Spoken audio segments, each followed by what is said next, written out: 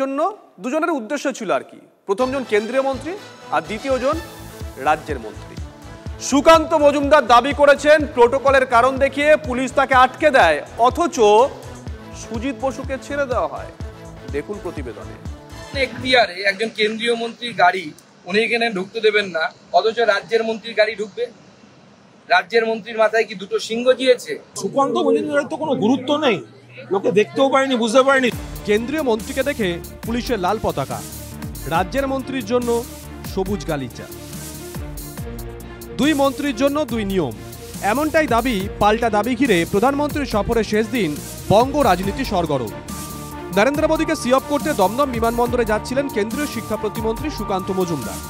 কেন্দ্রীয় মন্ত্রীর দাবি প্রোটোকলের অছিলায় বিমানবন্দরের প্রবেশদ্বারের কিছুটা আগে তাকে আটকায় পুলিশ, কিন্তু তার খানিক পরে রাজ্যের মন্ত্রী সুজিত বসু এলে তার ক্ষেত্রে প্রোটোকল পুলিশের মনে পড়েনি। কোন এখতিয়ারে একজন কেন্দ্রীয় মন্ত্রীর গাড়ি উনি এখানে ঢুকতে দেবেন না, অথচ রাজ্যের মন্ত্রীর গাড়ি ঢুকবে?